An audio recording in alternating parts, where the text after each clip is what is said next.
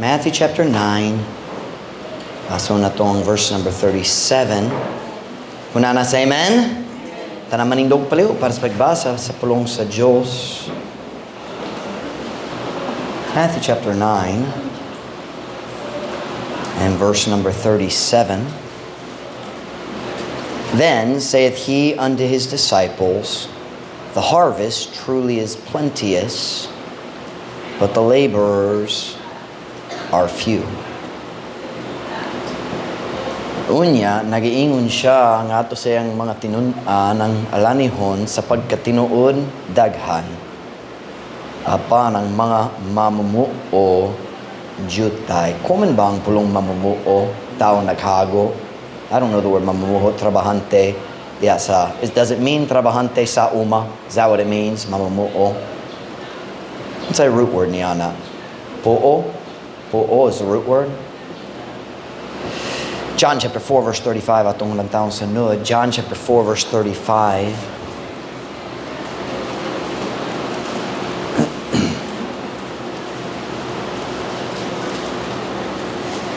John chapter 4. I forgot to give you an outline, but it's the 3 simple points. I'll give you this now, later na lang.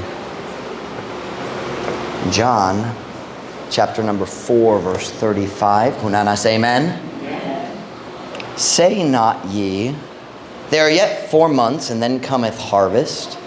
Behold, I say unto you, lift up your eyes, and look on the fields, for they are white already to harvest. Bisaya, wala ba kamo nag-ingon? Adunay upat pa kabulan, ug unya nagaabot ang ting-ani. Tanawa, ako nag-ingon nganha kaninyo. Iyaha ang inyong mga mata, ug tanawa ang kaumahan, kay sila puti na aron sa pag-ani. Now go back to Matthew 21 verse 28.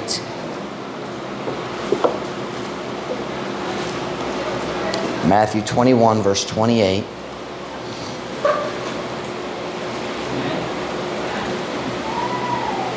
There is a reason I've gone in this order.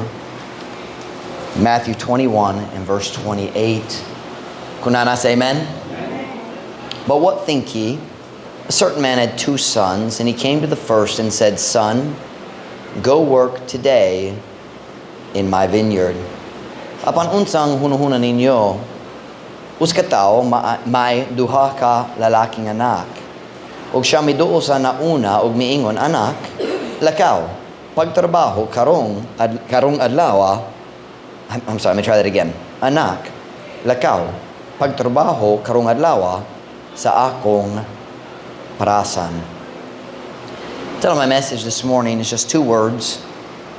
The harvest. Ang alanihon. The harvest.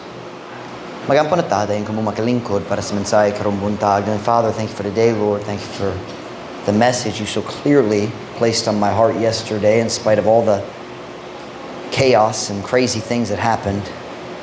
Now, dear God, would you please meet with us this morning? Would you burden my heart and burden the hearts of my people that you've placed under my care? Would you please, God, stir us regarding a world that needs to be saved? Dear Lord God, would you please fill me with your Spirit this morning? I need you, God. You know I need you. God, I can talk to people's ears. Only you can speak to their hearts. Please, God, stir our hearts this morning. Please, God, we need you. Pray in Jesus' name. Amen. Pwede ka mo maglingkod.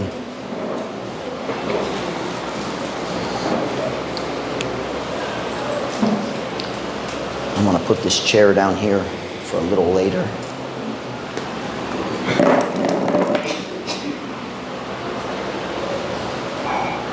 Karong buntag, kanang kong magastorya kaninyo kabahin sa alanihon. Siyempre, dili ang alanihon sa bugas or trigo. Dili ang alanihon sa mga saging or mangga. Wala ko nagastorya kabahin sa bisan unsang klase sa bunga or utan. Karong buntag, mag-istorya ko kaninyo kabahin sa alanihon nga gihiskot ni Jesus sa atong mga teksto karong buntag. Nag-istorya ko karon. Kabahin niya nga hilabihan kadako nga alanihon sa mga kala nga nagahula pa sa mayong balita ni Jesus Kristo. Mga tao nga gapuyo, lukop sa tibok kalibutan.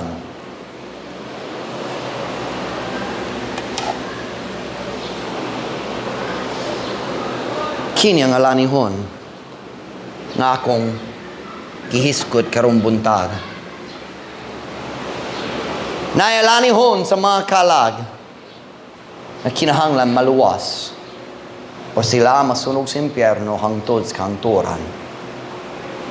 O kita man ang nagkupot sa ilang gikinahanglan. Ang maayong balita sa kaluwasan tiyak ni Jesus Kristo. Murag dali ko magsinggit karon, murag dali isog kayo, pero maghangyo ko na kumumaminaw na ko. Kanang kong mupainomdom kaninyo karong buntag nang pinikadakong kinahanglan sa mga nawala nga tao nining dawtang kalibutana. Dali ang pagkaon, dali ang kwarta, dali ang saninhas. Ang pinakadakong kinahanglan sa mga nawala nga tao nining kalibutan, dali education, dali mas mayo nga housing. Ang pinakadakong kinahanglan sa mga tao nining kalibutan na maong mayong balita sa kaluwasan nga na diha ni Jesus Kristo lamang. Si Peter may sugong nagpahayag diha sa chapter 4 sa Acts. Yang gisulti, neither is there salvation in any other, for there is none other name under heaven given among men whereby we must be saved. Walay kaluwasan, di ani bisan kinsa nga lain. Kay walay lain ngalan sa ilalong sa langit nga gihatag sa mga tao diin pinaagi niini kita kinahanglan nga maluwas. I guess I lied. I guess magsinggit gamay. Wako'y nagplano. Tuguti kong mupainomdom kaninyo karong buntag ang tibuok kalibutan nanginahanglan sa atong manluluwas. Ug walay kaluwasan diha ni bisang kinsang lain. Naghiskot ta sa lain-laing mga Diyos diha sa Sunday school gamay, ang mga Diyos sa Hinduism. Walay kaluwasan diya ni Brahma. We shouldn't even use the word ni because it's not a real person. Walay kaluwasan diya sa Diyos kitawag Vishnu, Krishna. Ug wala pud ang kaluwasan makaplagan diya sa mga santo dari sa Pilipinas. Si Jesus lamang ang makaluwas sa sad-an nga tao. Si Jesus lamang ang makahatag sa kinabuhing dayon. Si Jesus lamang ang makaayo sa nahugno nga kahimtang sa katawhan ni ining yuta. We sang the song at camp. Ang kulang sa tao, mao si Kristo. Siya lamang ang paglaom sasad ang tao. Kung mahugno na ang tanan yuta, naapay paglaom diha kaniya. Ako magprangka kaninyo. Karong buntag, dali kumusulay og tulo kaninyo sa bisan unsa nga bag-o. Karong buntag, nagsulay ra ko nga mupainomdom kaninyo kabahin sa kamatuoran nga nasabtan ninyo dugay na ang mga tao nining kalibutana nanginahanglan ni Jesus Kristo. Nagsulay lang kong mag-ukay sa inyong kasing-kasing kabahin sa ilabihan kita kung kinahanglan nining dawtang yuta. O gikuptan na to ang kasolbaran sa ilang problema. Si Peter, Diya sayang epistle, I think 2 Peter chapter 1 verse 13, paminaw niini sayang gisulti. Si Kristo naging si Peter naging yea. I think it meet. That word meet means appropriate. Angay. Yea, I think it meet. As long as I am in this tabernacle, nag-story, basta lang buhi pa ko, nagpuyog yapon sulod ni ining alawas. Your body's called a temple, a tabernacle. Kay temporaryo, ang tabernacle. As long as I am in this tabernacle, to stir you up by putting you in remembrance. Oo, ako naghunuhuna ni ini nga angay. Samtang ako aniya pa ni ining tabernakulo sa pag-auhag. So isay naghuno ko ni ining nga angay nga ako mag-auhag kaninyo. Pinaagi sa pagpahinumdom kaninyo. Si Peter wala nag-auhag kanila, wala nag-ukay sa ilang kasing-kasing, pinaagi sa ka bagong kamatuoran, nga wala gayud nila nadunggan. Nag-auhag siya kanila, pinaagi sa pagpahinumdom. O kana lang akong buhatong karon. Walay bago. Magpahinumdom na lang. Ang kalibutan, nanginahanglan ni Jesus Kristo. O kita lang makatabang nila. Kung dilikta mag-share ni Jesus sa mga tao nining kalibutana, kinsa manggoy. Ang mga Katolika, pasin INC, Assembly, ang uban nila naluwas, ang uban wala. Kung dalita, walain. Karong buntag, simple kayo akong mensahe. Ganahan kong mupainumdum kaninyo na naius ka dakong alanihon sa mga kalag na nagahula pa sa maayong balita nga ato ng gihuptan. This morning, I'm going to give you 3 statements. Sige, let magsulat sa board para na ako kay Bisaya man. Tulo ka pamahayag kabahin sa alanihon. Niining dakong alanihon nga gihiskot ni Kristo. Number 1, ang alanihon daghan pa. Si Kristo nagiyon sa atong first text verse, then saith he unto his disciples, the harvest truly is plenteous, but the laborers are few. Unya, nag-iingon siya, nga ito sa mga langalanihon sa pagkatinuod, daghan.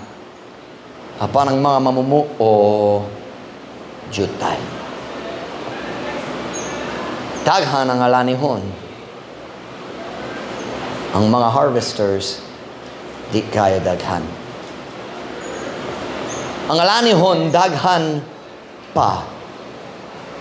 The majority of people nga magtuon sa ancient history, ang kadaghanan nila mag-uyon, nga diha sa panahon ni Jesus Kristo. Can I borrow that marker? Dili mag-work?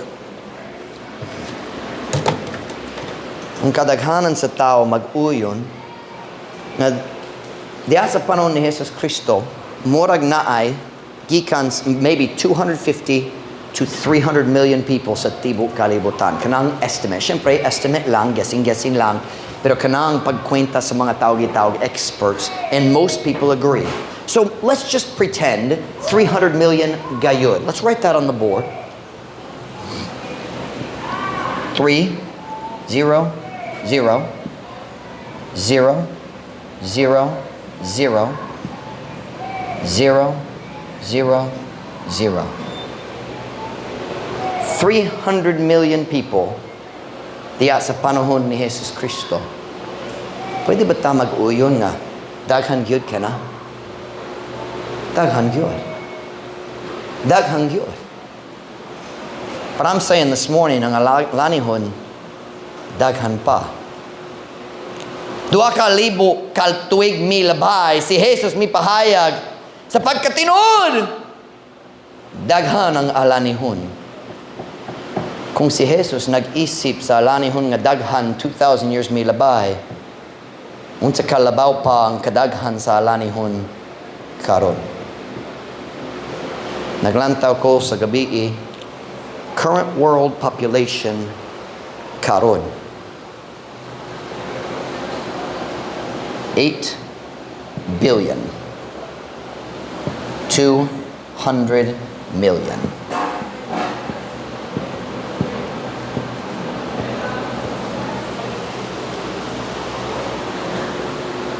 Ang atong problema sa atong pagka-busy sa adlaw-adlaw nga kinabuhi sa among kaugalingon, tinagsang mga kinabuhi, we can't comprehend that.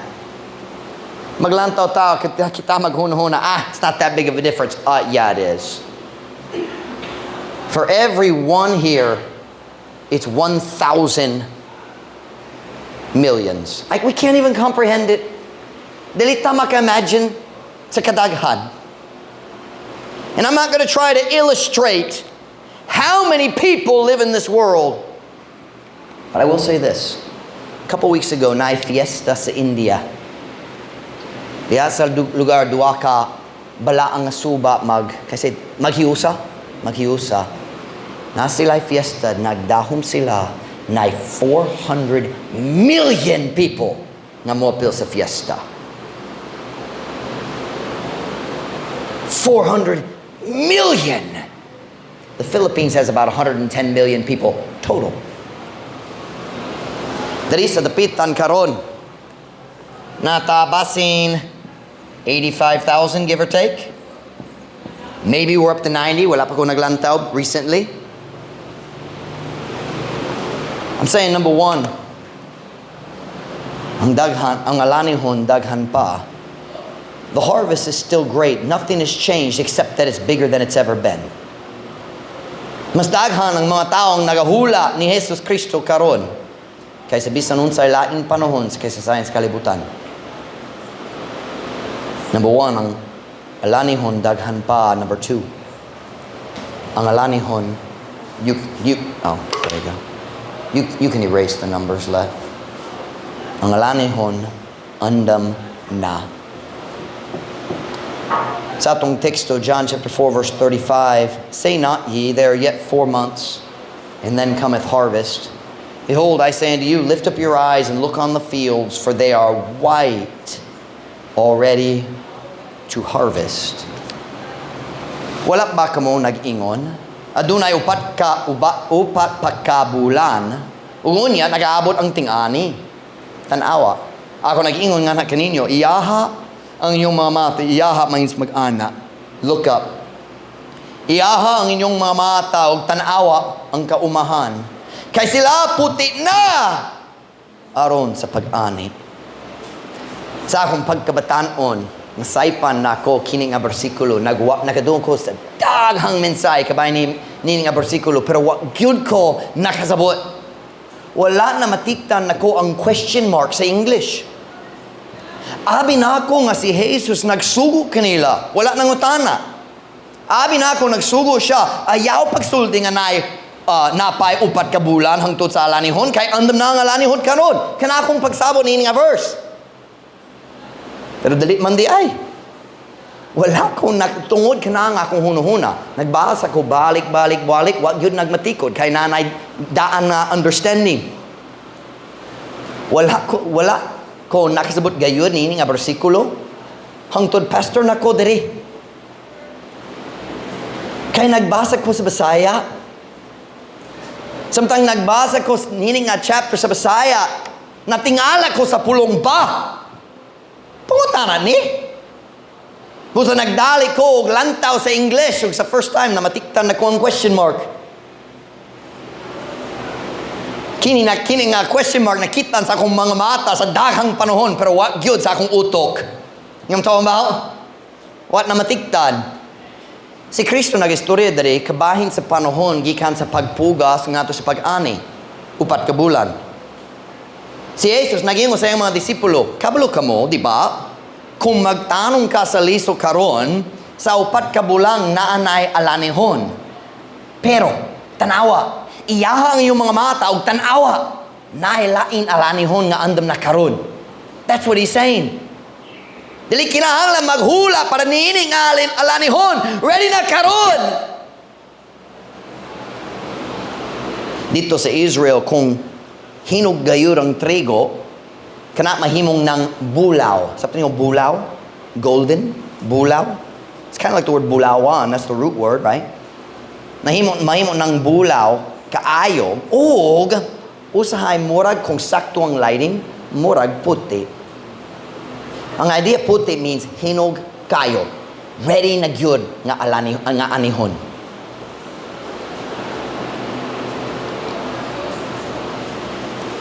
Kanang kung mupainom sa atong church karong buntag, I know, wala ko sulti sa mga funny stories, wala ko nagdagan-dagan, wala ko nagsingge, pero paminaw palihog. Kanang kung mupainom sa atong church karong buntag, lukop nining daotang kalibutana, dilit man maihap ang kadaghang sa tao nga andam na gayud nga maluwas karon. Jesus said, hinog na. Do you know what that means? Na mga tao nga andam na maluwas karon. Walay kulang sa ilang tinguha. Kulang ra ang taong musulti kanila. Pastor Mike, usahay sulay ko share sa kaluwasan sa mga tao pero dili sila interesado. Siyempre, na mga tao nga dili buot paminaw. Basin tungod sa ilang gugma sa sala. Basin tungod sa ilang garbo, kabayan sa ilang kaugalingang relihiyon. Basin tungod sa ilang pagkabisi sa sa paggukod sa kwarta. Siyempre, na daghang tao nga gahi kaayo og kasing-kasing. Apan napay daghang laing nga mohigda aron matulog matag gabi nga nabalaka nga sila mamatay sa ilang katulog ug mumata sa impyerno. Ako mo saad kanimo, kung magsawning ka ug magsugod ka magsangyaw Friday kininahitabo ka nako.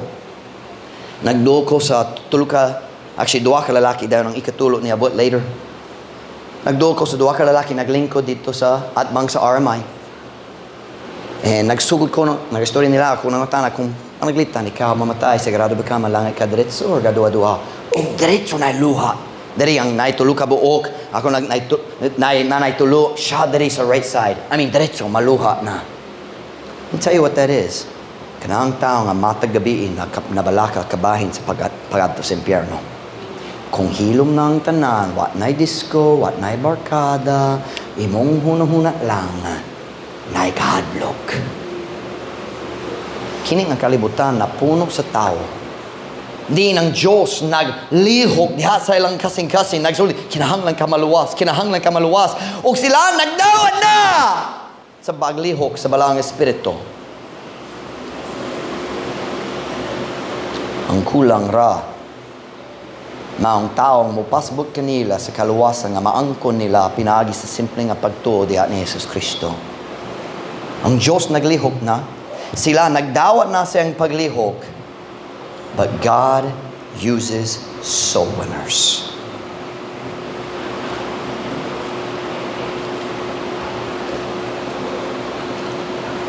Pipila ka simana nilabay nag-visit ko ni Gary sa jail. I forget, nalimot ko kanusa.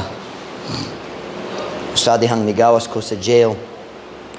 Nagsugod ko nag-istorya sa Oscar Guard, yung ngalan si Jimmy, Galiposo siya. And kapuya siya sa bagting, doon ni Ma'am Connie. Ug siya nag-istorya na ko, nagtabi-tabi, nag-feel lang ko, kinahanglan ko magsulay, mag-share kaniya. Ang Diyos nag-push na ko, nag-push, nagpugos. So ako nangatana, kung Jimmy pangatana, kung panaglitan ang adlaw sa imong kamatayon, ubot na gayud bisan karon. Sigurado ba ka nga malangit ka diretso or kadua-dua sama sa tao sa Friday na diretso na luha diri hapit na wala nagagas pero hapit. This is a jail guard.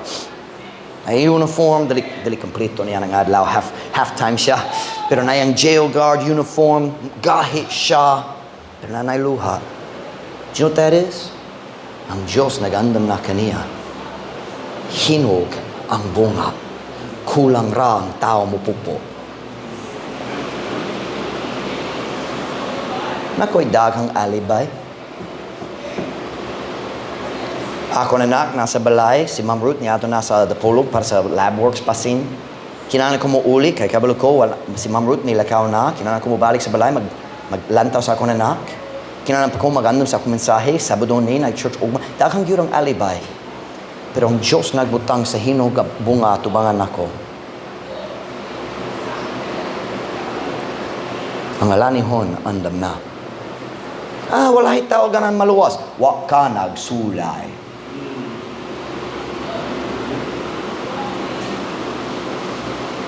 Or nagsulay ka nga walay gahom sa balang espiritu kay nagdulat-dulat ka sa kahugawan sa kalibutan. The Bible is a sword. Gamhanang gyud ang espada. Pero sa daghang panahon, ang gahom sa espada napugngan sa kahugawan sa kamot nagkupot sa espada. Was that clear? Is that understandable? Walay gahom diha sa kinabuhi sa tao nga nay dirty life.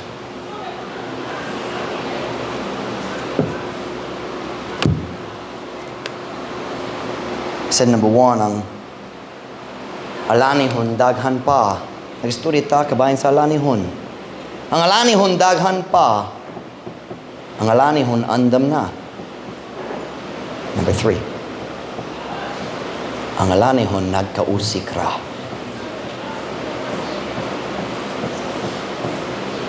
Ang alanihon nagkausik ra.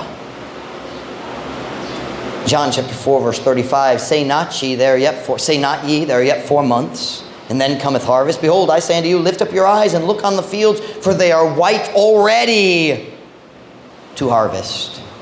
Iaha ang inyong mamata, ug tanaw ang kaumahan, kay sila puti na aron sa pag-ani. Listen to this statement right here. Anybody who's had a garden or worked on a farm knows this truth. Kung hinog na ang alanihon, gilimitado ang atong higayon. Kung hinog na ang bunga, na ipipila ka adlaw lang, dayon mahulog siya o maduno sa yuta. Sayang. Sayang. Pila ka saging, kaha, mahulog, matag tuwig, tungod wala tao nakakita sa oportunidad sa pagpupo. Pila ka mangga, kaha, mahulog, matag tuwig, tungod kay wala tao nakakita sa oportunidad sa pagpupo. Dari sa dapitan, murag dili daghan. Kaya ang tanan tao nakasapot sa bili sa maayong bunga. Ug bisan nahulog na atong kwaon. Diba? Nahulog na. Ako na lagi. Kay madunot, sayang. Murag mutuwang tagiya kung siya kabalo. Kay bililhon ang bunga alang kanato. Diba? Pero kung ang tagiya nagabantay nga makugihon, ang bunga dili mahulog. Karong buntag nagduda ko gamay. Diri sa atong church, nakasabot bata sa bili sa uska kalag? Kung mahulog ang saging, sayang. Kung mahulog ang kalag,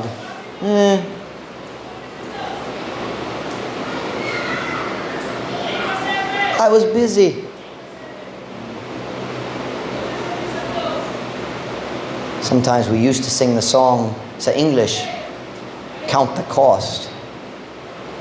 Kinyang Bisaya, pagkwenta sa bilisa, kalag nga nawala pa, dito sa impyerno sa kahangturan. Unsay bili sa yuta, kung ang kalag mawala, kinahanglang magkwenta ta.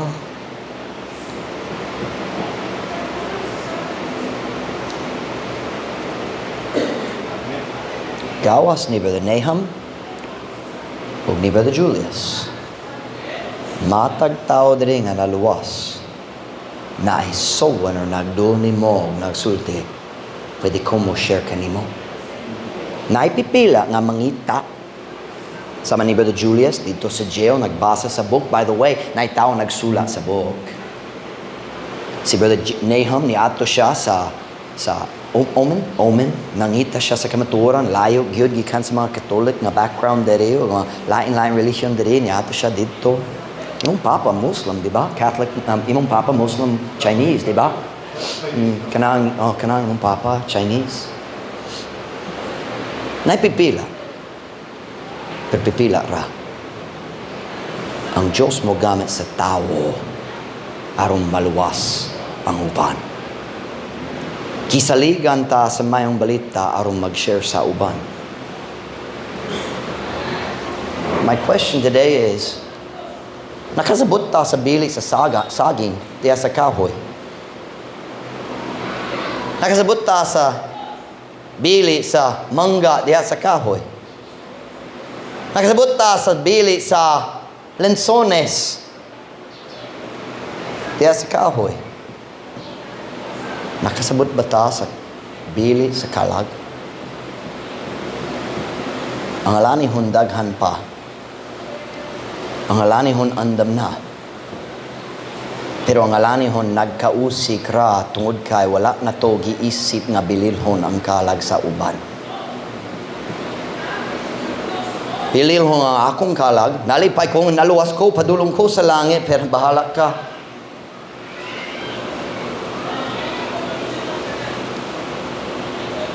Proverbs 24:11, if thou forbear to deliver them that are drawn unto death, and those that are ready to be slain, if thou sayest, behold, we know it not, doth not he that pondereth the heart consider it? And he that keepeth thy soul, doth not he know it?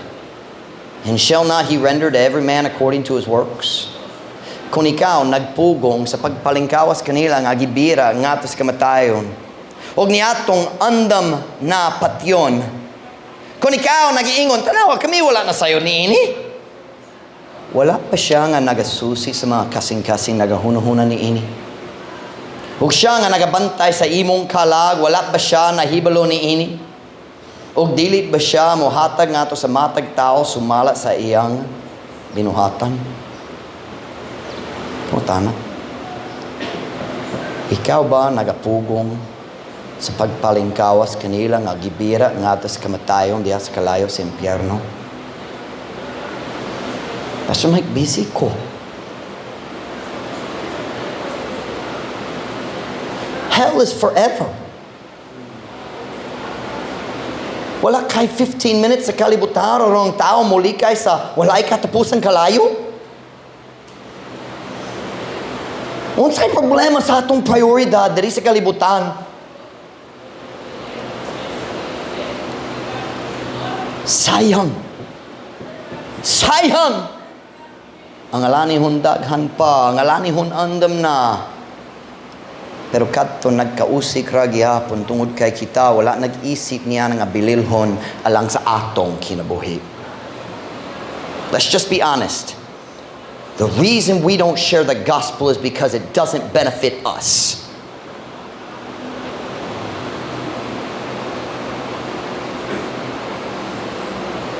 Para sa daghang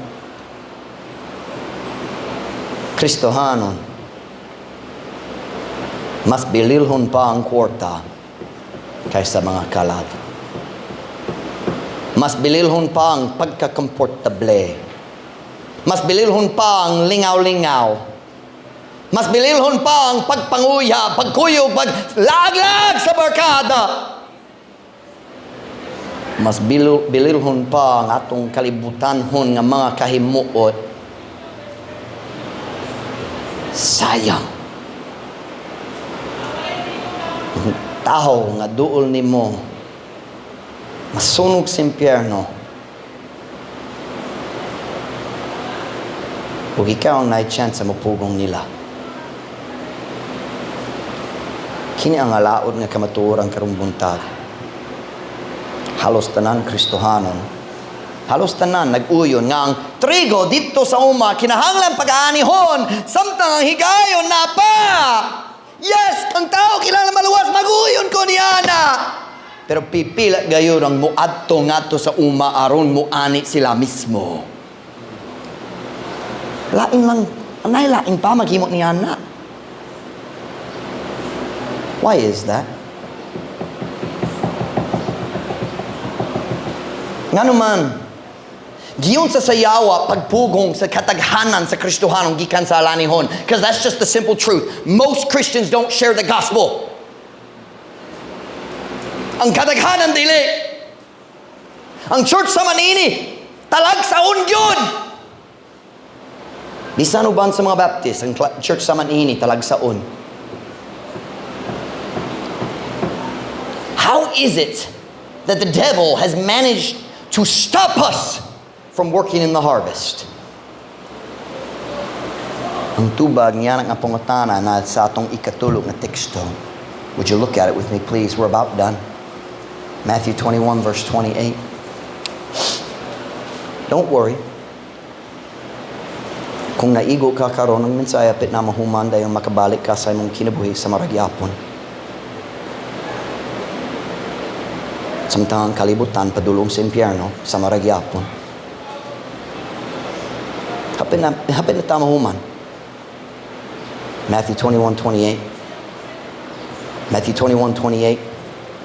Kung nasa amen? But what think ye? A certain man had 2 sons, and he came to the first and said, Son, go work today in my vineyard. Anak, lakaw, pagtrabaho karong adlaw sa akong parasan, sa akong uma.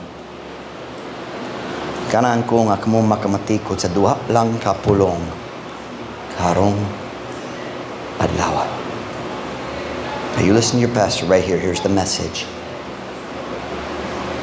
Kanang, I'm sorry, nawala ko. Karong buntag, ang Diyos nagduol sa imong kasing-kasing ug musulti. Anak ko, anak, akong imong amahan, akong miluwas nimo, nagpadala sa akong anak, akong bugtong anak nga si Jesus aron maluwas ka. Anak, lakaw, pagtrabaho karong adlaw sa akong parasan, kinsa pay lain, kung dali ako anak, kinsa pay lain. Karong adlaw, dayon ang honghong, ang yawa mo dool, ug maghonghong sa imong dalunggan. Busy kaayo ka karon? Ugma na lang. Sunod na lang. Wa kay time karon? Ang Diyos ang nagasulti karon. Ang yawa ang nagasulti ugma. Pero namakak siya nimo kay ugma, unsay mong gidahom nga siya mosulti. Ang iyang mensahe ugma sama gyapon sa iyang mensahe karon. Busy kayud ka karon? Ugma na lang, sunod na lang, napay time. Nahigayon sa umaabot nga dali naka-busy kaayo. Magatrabaho ka diya sa lanihon, pero dali lang karon.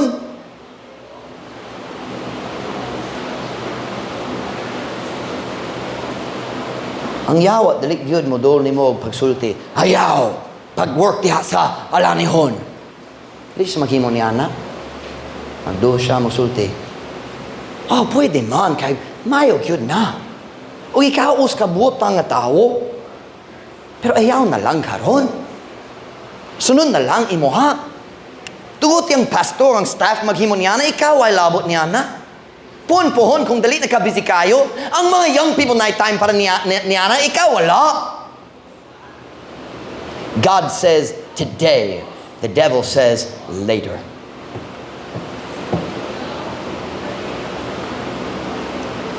Sa dihang batanon pagka ang yawa musulti, napay time, batanon pagkaron. Kinahanglan kang maglingaw-lingaw gamay. Kung dako na ka, mag-alagad gayud ka sa Ginoo, pero dali lang karon. Are you listening, young people? Ug samtang ikaw maglingaw-lingaw gamay, ug muguba sa imong umaabot, ang mga bunga diha sa lanihon na uga ra gihapon ug hapit na mahulog. Tagsa-tagsa.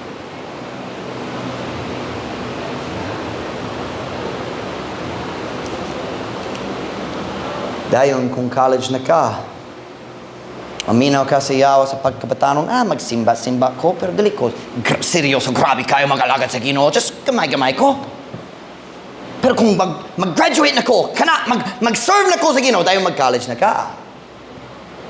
Ang yawa mo balik, aron mo sulti, wala kay time sa sewing karon.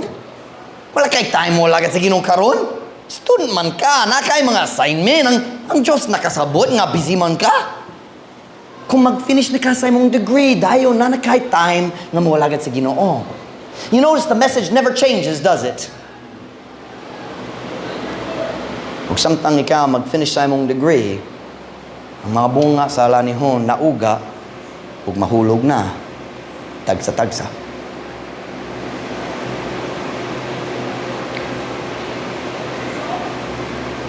Ang mensahe sa yawa, dali gayud mausob. Kung mag-graduate na ka sa college, ang yawa mo dul pag-usa, musulti, kinahanglan ka mo focus ka jud sa imong career. Kung sa pipila ka bulan o basing tuig, kung lig-on nagyud ka diya sa imong career, na kahit tayo mo lagad sa Ginoo. Dayon maminyo ka, o mga anak mo, bot. Kung sa mensahe sa yawa, pikit na ron, ang bata na bugas, o school, o uban pa, dakang trabaho, kinahanglan mag-banding time sa pamilya, wag kay time sa sowanin ron. Kung dako na yung mga anak na kay time mo lagad sa Ginoo.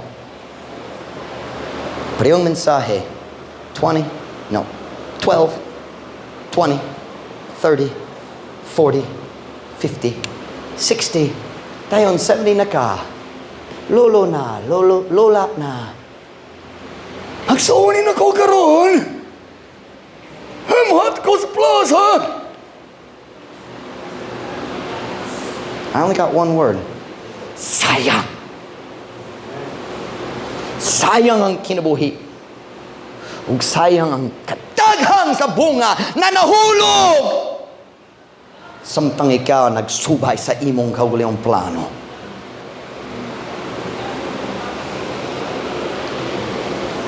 Sharing the gospel is not the work of the pastor, it is the work of Christians.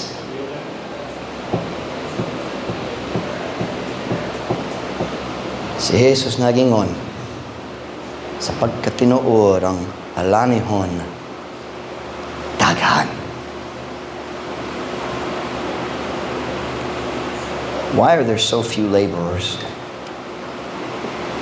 The harvest is plenteous, but the laborers are few. Why? Because when God says now, the devil says later, and we listen to the devil.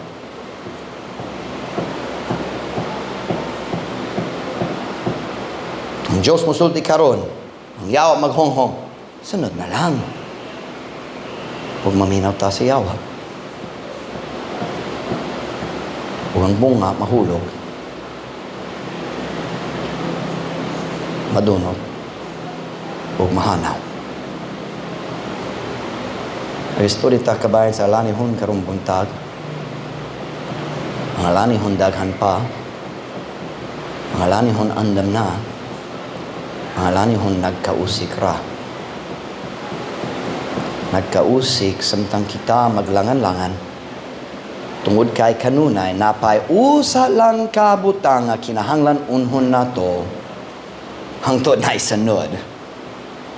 O sunod, o sunod pa. Kanusa man kita makasabot sa paglimbong sa yawa. God says now. The devil says later. For we are not ignorant of his devices. Nakasabot pa kaon sa gihimo sa yawa. Nagplano ka, mahimong soon or pohon-pohon, kanusa ba? Oh, kung mag-graduate ko sa college, do you think anything's gonna change when you graduate? Kung dako na ko, bakay, ba't batanong pa ko? Ganun kung maglingaw-lingaw gamay, mag-uyab-uyab gamay, Unsay mong gihula?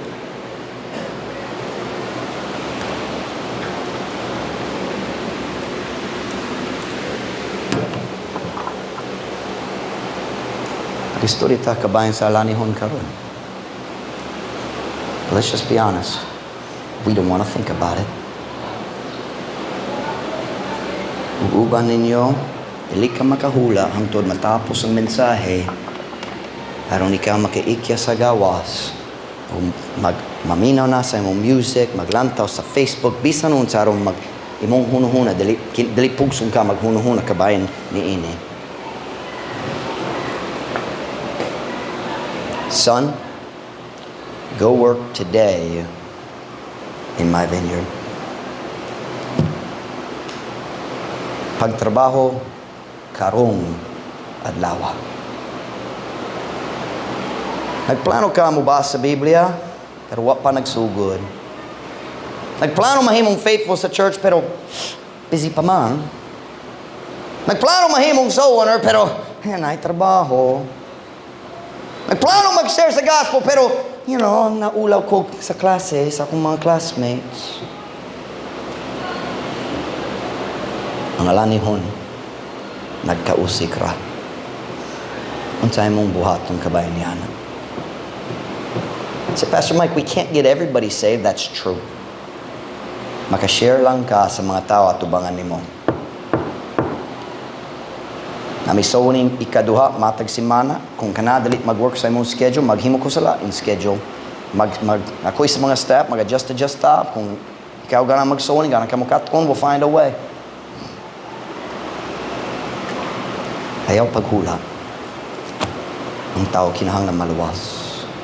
Tugon na mga ulo, mga mata.